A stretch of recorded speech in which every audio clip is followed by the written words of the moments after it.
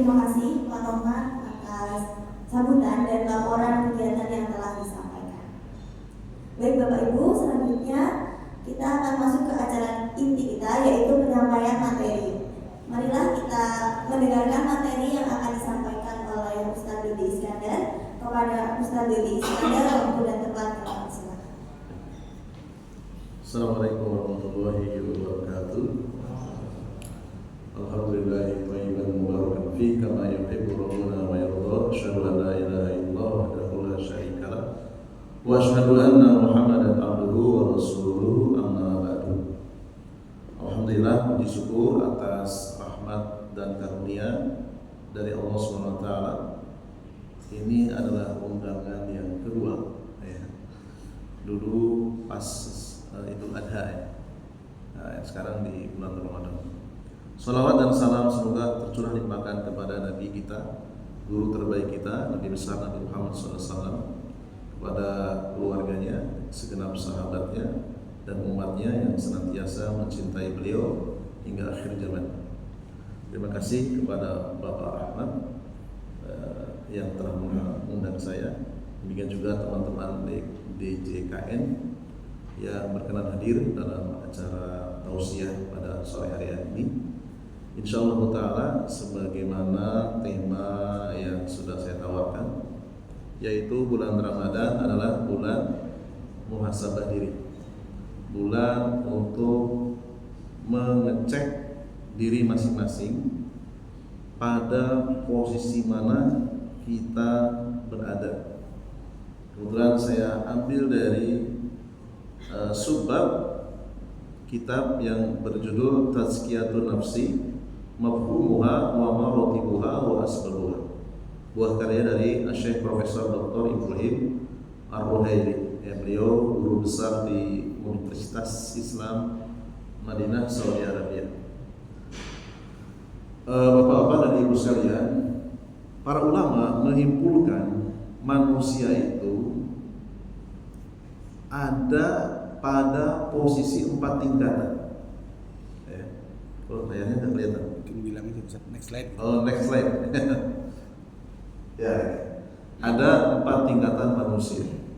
Nanti kita akan memeriksa diri masing-masing. Kita pada tingkatan yang mana? Ya, karena temanya tema muhasabah. Ya. Fi maratibi an-nasi inda husuli dzambi. Jadi setiap manusia ini punya potensi jatuh dalam dosa, kecuali Rasulullah SAW.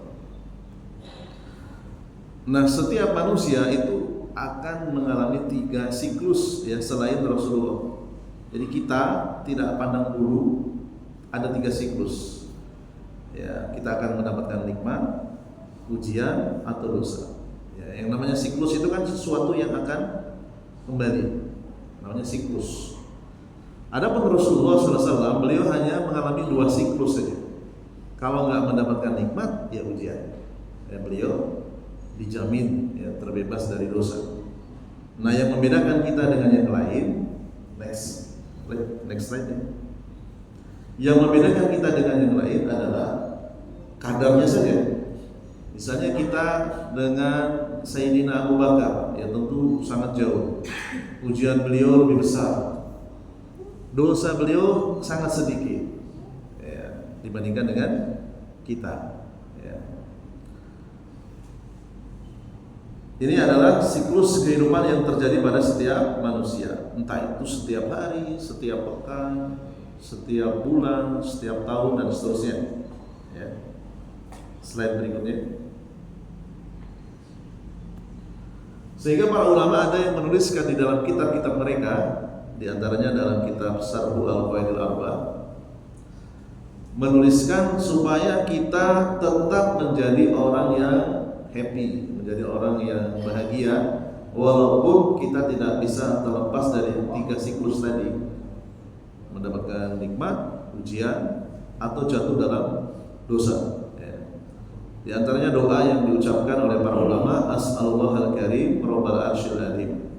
Aku memohon kepada Engkau ya Allah yang Maha Karim, yang Maha Dermawan, Tuhan pemelihara arsy yang agung, an yatawallani, agar Engkau menjagaku di dunia wal akhirat, di dunia dan di akhirat. Wa an yaj'alani, dan jadikanlah aku mubarakan aina ma kuntu, orang yang diberkahi dimanapun aku berada. Wa an yaj'alani mimman idza utitu syakartu, jadikanlah aku termasuk orang yang apabila diberi nikmat aku bersyukur. Wa idza ubtulitu, dan jika aku diuji dengan musibah sabartu, aku mau bersabar. Wa idza adnabtu istaghfartu, dan jika aku jatuh dalam kesalahan, dalam dosa, aku termasuk orang yang segera meminta maaf. Ya.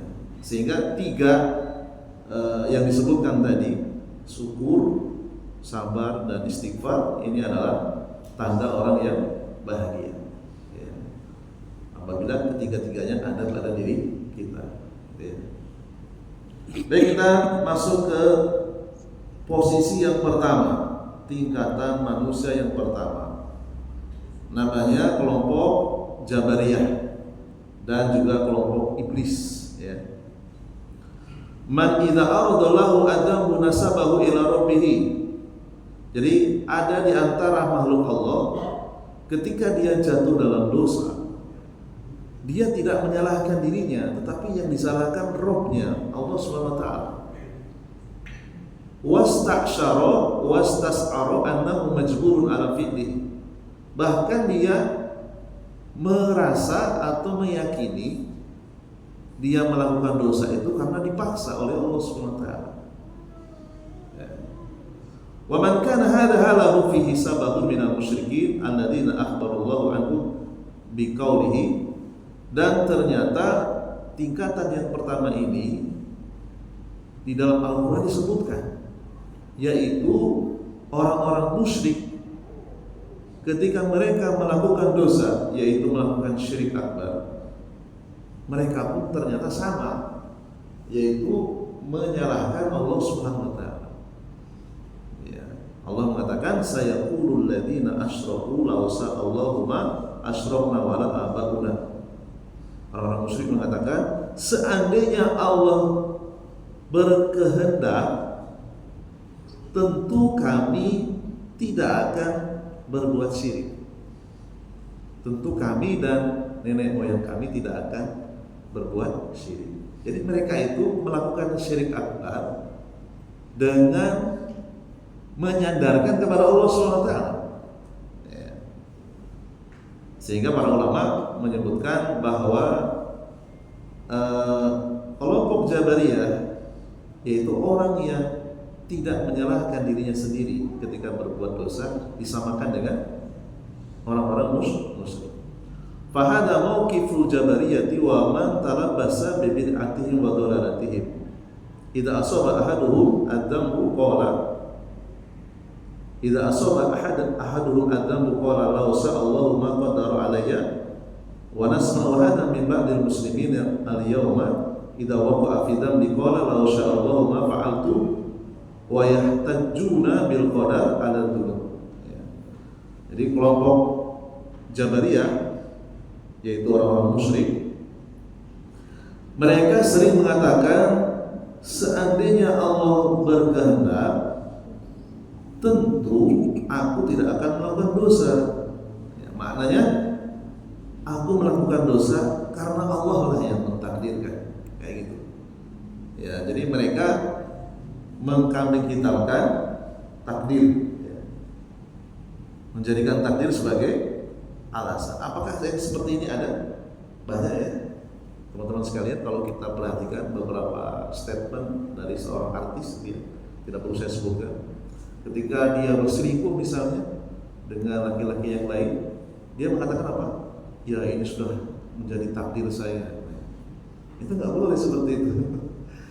Ya, dia meyakini kalau dia jatuh dalam dosa itu semata-mata karena takdirnya Allah, padahal dia diberikan pilihan oleh Allah SWT.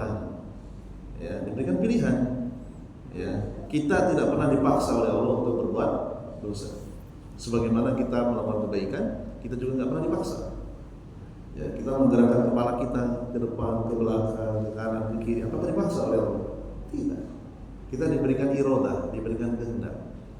Mustahil Allah memaksa hambanya melakukan dosa. Jadi kelompok Jabariyah ini diumpamakan seperti manusia itu seperti robot atau wayang yang dikendalikan oleh remote control. Dia tidak punya kehendak untuk berbuat, ya seperti itu. Ya. Nah ini tingkatan yang paling buruk. Ya. Dan kalau itu ada di dalam pikiran kita, dilawan, berusaha untuk dibuang, karena itu merusak. Orang kalau sudah punya sifat Jabariyah ini, biasanya akan mengulangi dosa yang lebih besar. Karena dia merasa seakan-akan dia tidak berdaya untuk menjauhi dosa tersebut, gitu ya. Dan ini memang ada disebutkan Allah dalam Al-Quran surat Al-An'am ayat 148. Slide berikutnya. Ya. Dan iblislah yang pertama kali memberikan contoh ketika berbuat dosa. Yang disalahkan bukan dirinya, tetapi Allah SWT. Dalam surat Al-Hijr ayat 39, iblis mengatakan, Robbi, wahai Tuhanku, bima aghwaytani la uzayyinanna lahum fil ardi wa la ughwiyannahum ajma'in. Wahai Tuhanku, karena Engkaulah yang telah menyesatkan aku, sungguh aku akan menjadikan kejahatan terasa indah bagi mereka manusia di muka bumi, dan aku berjanji akan menyesatkan mereka semuanya. Jadi setan itu tidak menyalahkan dirinya sendiri, tapi menyalahkan Allah SWT. Ya. Fanasabu al-iwayata ilallahi wa adhafaha ilaihi. Jadi setan menyalahkan Allah SWT. Allah yang menjadi sebab saya sesat. Gitu. Bikhilafi Adam alaihi salatu wassalam. Berbeda dengan Nabi Adam, ayah kita. Lama asallaha, ketika berbuat dosa, yaitu mendekati pohon yang dilarang ketika di surga, ucapan Nabi Adam diabadikan dalam surat Al-A'raf ayat 23. Rabbana, wahai Tuhan kami, dolamna, kami di sini berarti dengan istrinya, kami telah berbuat dolim, antusan kepada diri kami. Wa illam taghfir lana, jika engkau tidak memaafkan kami, wa tarhamna, dan jika tidak menyayangi kami, lanakunanna minal khasirin, tentu kami benar-benar termasuk orang-orang yang rugi. Nabi Adam berbeda ketika melakukan suatu kesalahan, beliau menyadari itu adalah kesalahan dirinya sendiri. Ya. Jadi memperturutkan hawa nafsu. Ya. Dan Allah maafkan walaupun harus menanggung hukuman, yaitu diturunkan dari surga. Tapi dimaafkan, dia dihapus. Nah, itu tingkatan pertama, tingkatan yang paling buruk. Ya. Dan kalau ada dalam pikiran kita atau ada bisikan di dalam diri kita berusaha untuk melawannya. Ya, karena itu tidak diperkenankan oleh syariat. Ya. Slide berikutnya.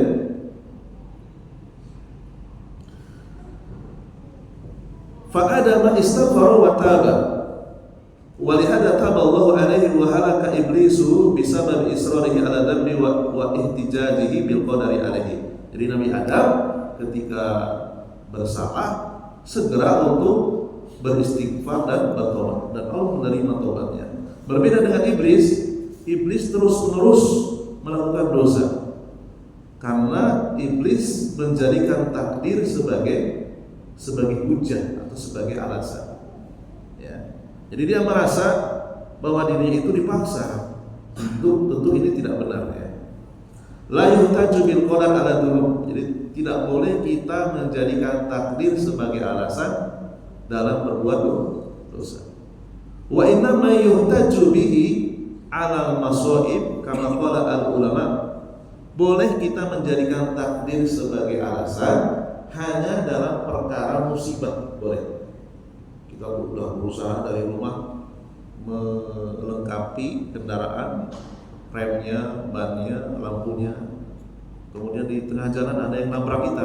Nah, itu di luar kekuasaan kita. Nah, itu boleh. Ini adalah takdir, tidak masalah.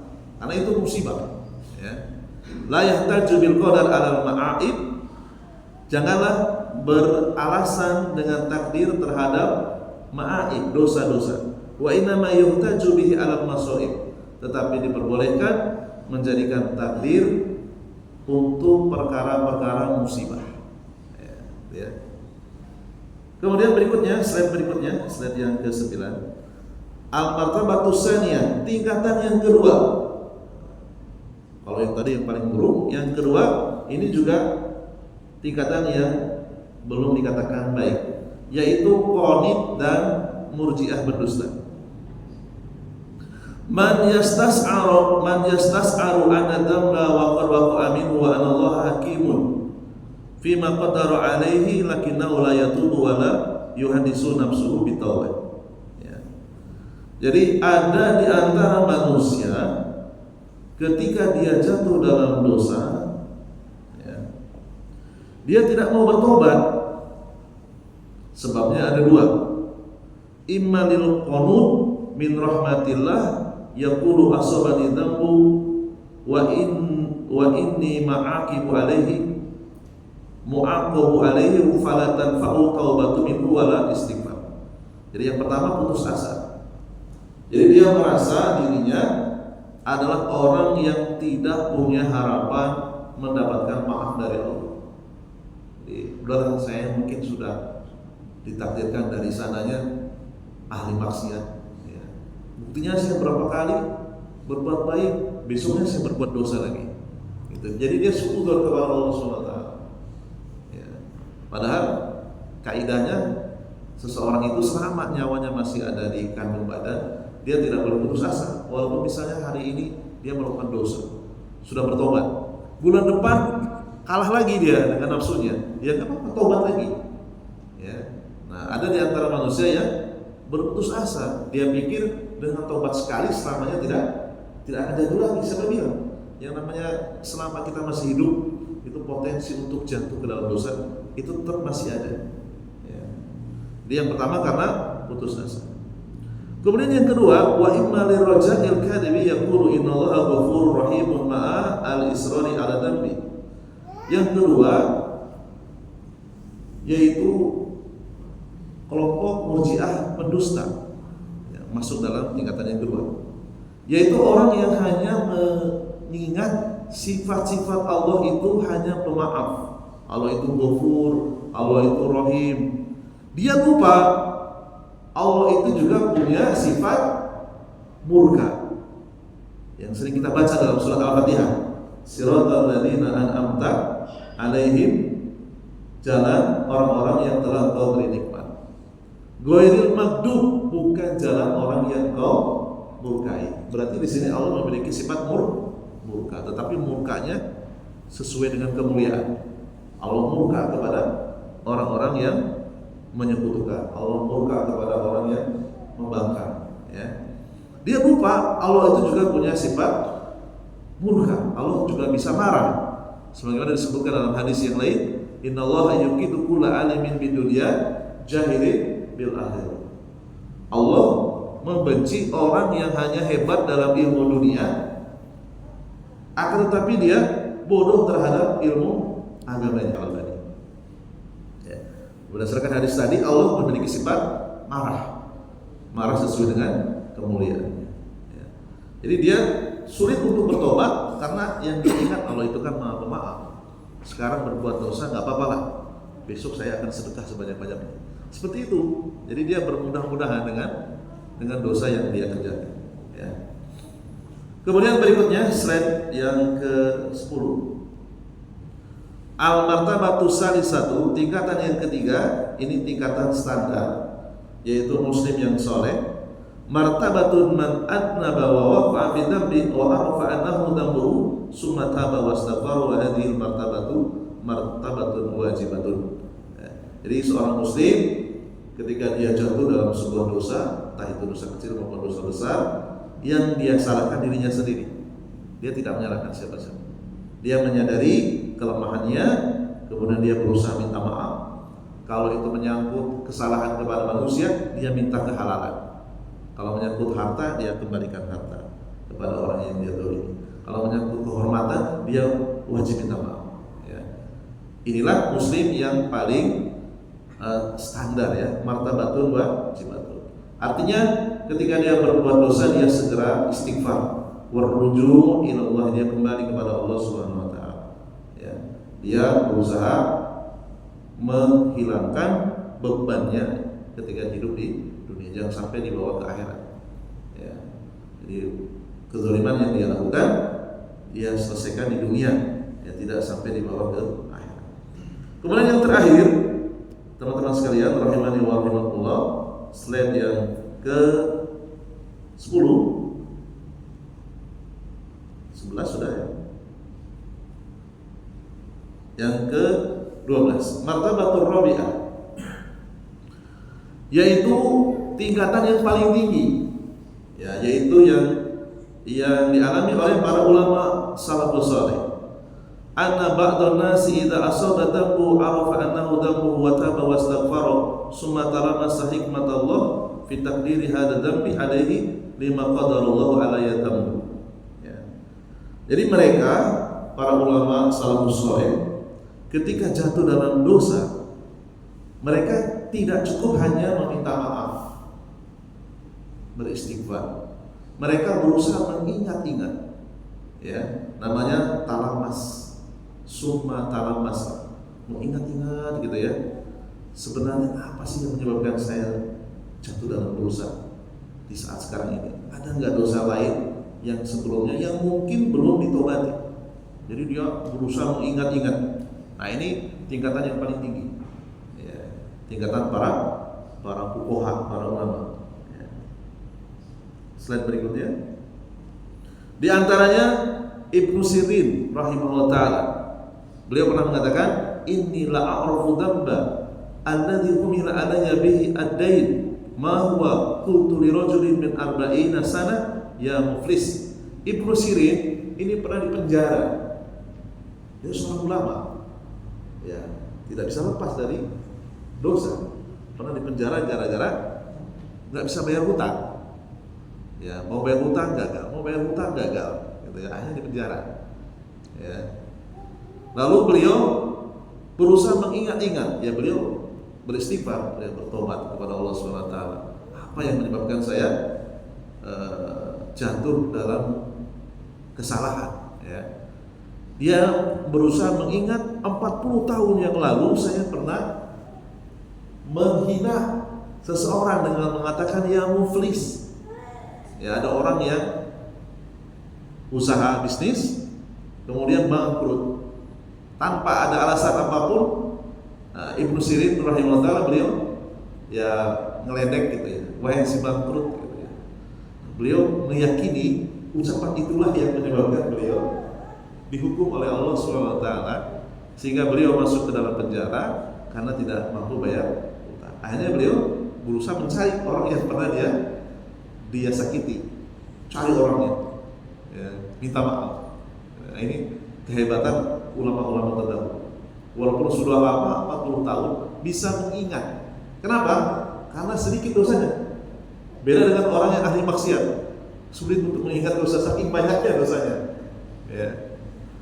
Demikian juga Sufyan As-Tsauri, beliau pernah mengatakan, "Uridtu qiyamul lail bidzambi ahdastuhu 5 ashhur." Aku pernah kesulitan biasa sholat tahajud, suatu saat tidak bisa sholat tahajud. Apa sebabnya gitu ya? Lalu kemudian Sufyan As-Tsauri rahimahullah taala beliau mengingat-ingat bertalamus 5 bulan yang lalu beliau pernah melakukan suatu dosa yang belum ditobati. Oh, ini gara-garanya saya tidak bisa tahajud. Gara-gara dosa 5 bulan yang lalu. Bisa mengingat dosa 5 bulan ya. Nah, kalau kita mungkin agak sulit ya, termasuk saya ya. Agak sulit untuk mengingat-ingat kesalahan yang pernah dilakukan sudah sekian lamanya. Demikian juga seorang ulama besar Sufyan bin Uyainah, beliau pernah mengatakan, "Kuntu utitu fahmal Qur'an falamma qabiltu surrah salabtu." Aku dulu diberikan ilmu tentang Al-Quran, hafal Al-Quran, paham tafsirnya. Tiba-tiba ilmuku tentang Al-Quran hilang ketika aku menerima harta yang belum jelas kehalalannya. Jadi beliau meyakini ilmu yang ada di dalam otak beliau, dalam hati beliau, ilmu tentang Al-Quran itu hilang gara-gara menerima harta yang belum jelas kehalalannya. Hanya beliau berusaha untuk menghalalkan harta yang ada pada dirinya, tentu dengan bersedekah, mencuci harta yang dimilikinya supaya harta yang tidak halal tersebut bersih. Jadi seperti inilah keadaan manusia pada posisi di mana kita sendiri yang bisa mengeceknya. Kita pada posisi tingkatan yang mana? Pertama, kedua, ketiga, atau keempat? Paling tidak mudah-mudahan kita pada posisi yang keberapa? Yang ketiga, yaitu martabat wajibatun. Tidak sampai kita berada pada martabat yang pertama atau yang kedua. Mungkin ini saja sekilas apa yang bisa saya sampaikan. Kita mungkin nanti lebih kepada dialog interaktif. Baik, saya persilakan buat teman-teman barangkali ada yang muncul ide pertanyaan dari paparan yang saya sampaikan. Silakan. Jadi kitab ini sebetulnya kitabnya banyak halamannya ya. Jadi saya rangkum saja. Ke slide yang ke berapa tadi? Kedua. Silakan. Nah, ini nama kitabnya.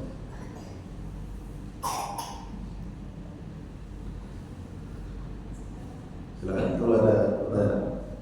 Jadi ada 4 tingkatan manusia.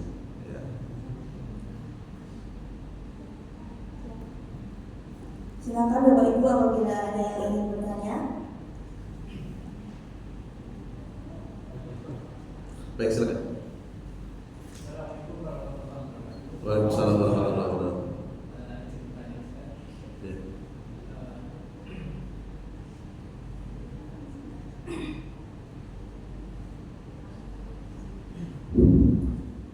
Seringkali kita dalam menjalani hidup ini mengalami ujian cobaan. Ya, pasti.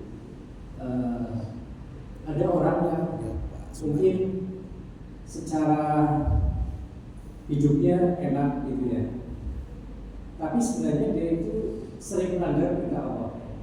Mungkin ini dalam istilah agama mungkin disebut dengan istighfar. Tapi ada juga yang orang itu mengalami suatu ujian cobaan mungkin sebagai hukuman dari beberapa waktu silam pernah melakukan dosa gitu ya, seperti yang dikisahkan tadi.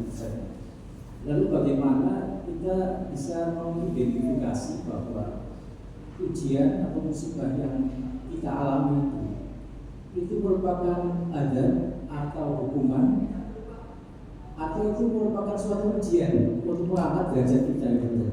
Jadi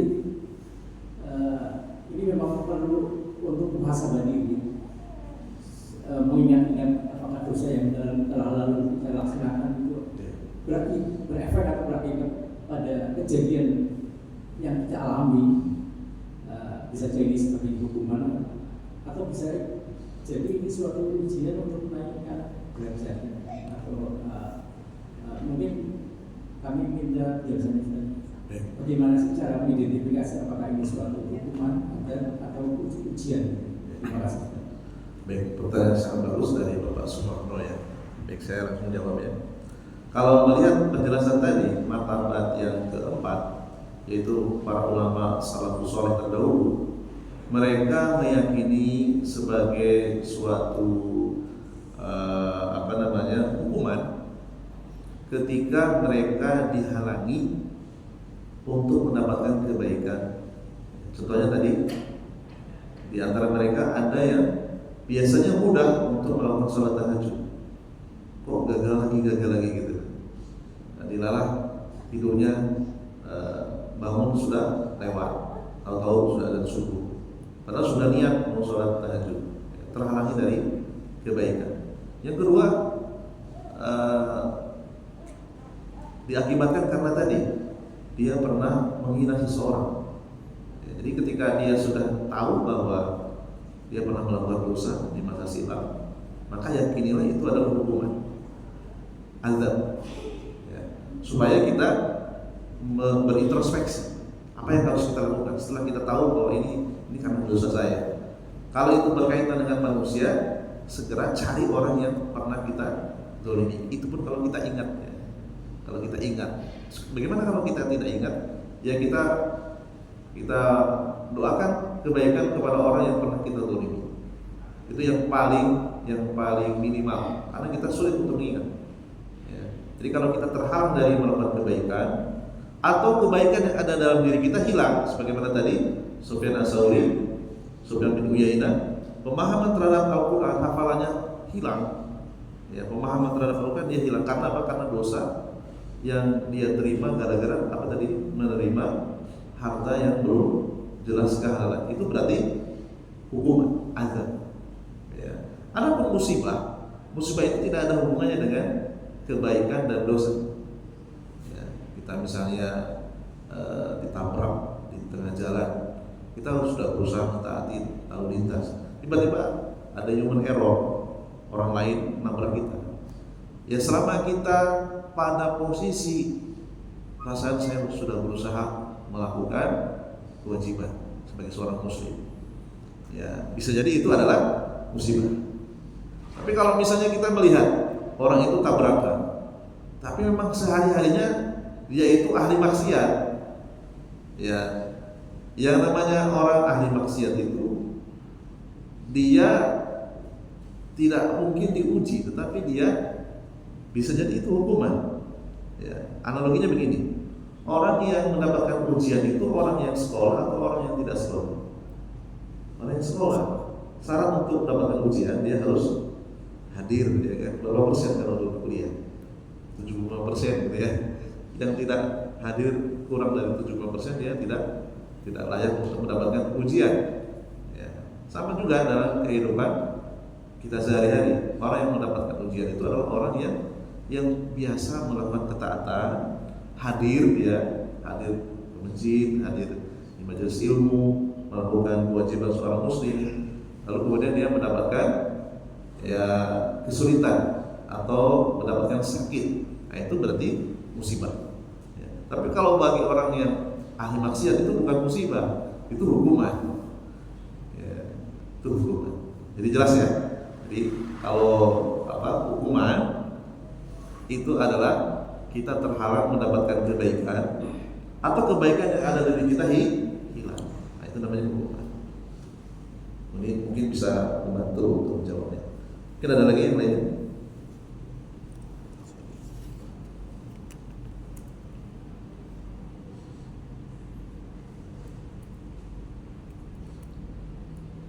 Silakan Bapak Ibu atau yang mau bertanya. Silakan Bu Risma.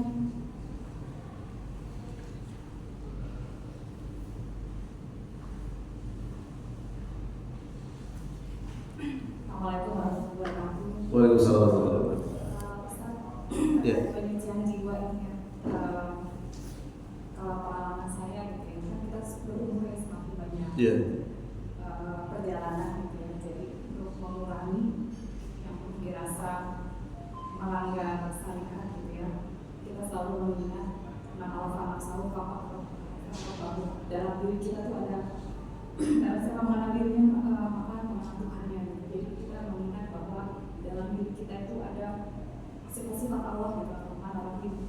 Jadi mengingat setiap hari, saya selalu mengingat setiap hari, jadi menghindari untuk minimal merugikan orang. Nah, permasalahannya kalau perempuan gitu misalnya karena emosi gitu ya, kita lupa lagi kadang sama anak gitu ya. Nah ini advice-nya Ustaz untuk selalu terus menerus bahwa hidup ini 24 jam itu adalah kita beribadah, kemudian siam itu saum ya, itu mengendalikan tidak hanya kita tidak makan dan minum atau tidak berbuat maksiat, tapi juga bagaimana mengendalikan. Ini advice-nya Ustaz ya. Terima kasih. Assalamualaikum warahmatullahi wabarakatuh. Baik. Ibu punya suami berarti ya? Ya. Kalau punya pasangan itu lebih ringan, ya, saling mengingatkan. Ya, karena suami dan istri itu kan seperti pakaian, gitu ya. Jadi apa yang dipakai oleh suaminya itu cerminan dari istrinya atau kebalikannya.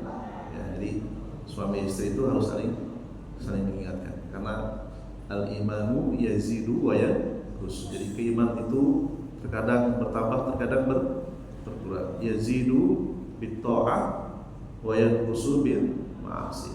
Ya, naik dengan ketaatan, berkurang dengan kemaksiatan. Jadi harus ada kerjasama antara suami istri. Kalaupun yang belum punya pasangan, ya berteman dengan orang yang baik agamanya, supaya ada yang ingatkan, gitu ya. Jadi kita nggak bisa hidup sendirian, nggak bisa, sulit, ya, berat, ya. Karena setiap waktu, setiap hari kita diteror oleh nafsu kita sendiri. Ya, disebutkan dalam kitab Hadihi Aqidatu Ahlus Sunnah wal Jamaah karya Syekh Abdul Aziz Ar-Razi, bahwa setiap manusia itu diuji oleh Allah, dititipkan satu jin korin namanya. Jadi yang membisikkan pikiran kotor, pikiran jahat itu jin korin. Kata beliau Syekh Abdul Aziz Ar-Razi, alhamdulillah ta'ala, satu-satunya jin korin yang mendapatkan berita dari Allah SWT, jin korin tersebut masuk Islam, hanya jin korinnya Rasulullah SAW saja. Jadi wajar kalau kadang kita punya pikiran jahat, pikiran kotor, itu dari jin korin. Memang diuji oleh Allah SWT. Cara menangkalnya gimana? Ya pertama dengan ilmu, ya, dengan ilmu. Sehingga wajar Rasulullah sampai mewajibkan setiap muslim itu menuntut ilmu. Ilmu itulah yang akan menangkap bisikan jin korin. Belum lagi bisikan dari setan dalam bentuk manusia. Dalam diri kita kan membawa jin korin. Jin korin membisikkan kepada manusia. Manusia kemudian mengatakan kepada kita, mengajak kepada keburukan. Nah, yang bisa menangkalnya adalah ilmu syariat, ilmu agama Islam. Ya, jadi kita tidak boleh berhenti untuk mengupgrade ilmu agama sepanjang hidup kita. Ya, diupgrade setiap pekan minimal sekali kita mendengarkan kajian, ya, kajian yang bagus, kajian yang terstruktur. Satu buku selesai itu biasanya lebih kuat, ya. Sama seperti kita kuliah atau sekolah kan pakai kurikulum, ya. Maka yang ngaji yang paling baik itu ngaji yang pakai kurikulum. Satu kitab selesai, itu lebih kuat nanti fondasinya, itu ya. Jadi itu ya. Jadi kerjasama dengan pasangan, sama-sama menuntut ilmu, cari majelis ilmu yang mengajarkan Al-Quran, mengajarkan hadis Nabi, ya. Kemudian kita ikuti rutin, ya. Seminggu sekali atau mungkin seminggu 2 kali, sesuai dengan kemampuan kita, ya. Karena memang di dalam diri kita tidak bisa lepas dari bisikan apa tadi? Jin korin. Hanya jin korin Nabi saja yang masuk Islam. Sehingga jin korin Rasulullah itu membisikkan kepada kebaikan saja. Kalau kita nggak ada jaminan, nggak ada beritanya, jin korin saya masuk Islam, nggak ada. Karena nggak ada beritanya, ya kembali ke hukum asal bahwa jin korin itu memang diciptakan oleh Allah untuk menguji setiap manusia. Jadi nggak ada orang soleh otoritas, nggak ada. Orang bertakwa otoritas nggak ada. Semuanya harus dengan ilmu. Ya, nggak ada orang tanpa menuntut ilmu tiba-tiba soleh, nggak ada. Mustahil. Ya, Nabi saja menuntut ilmu kepada malaikat Jibril. Ya, bahkan beliau sering diperiksa bacaan Al-Qur'annya dari Al-Fatihah sampai Anas. Setahun sekali diperiksa oleh malaikat Jibril. Bacanya ada yang keliru atau tidak, cek. Sampai wafat beliau sudah mungkin hafalannya sudah kuat, ya, kemudian sudah ditularkan kepada para sahabat dan sampai kepada kita. Oke, mungkin ada lagi yang lainnya. Mudah-mudahan bisa menjawab.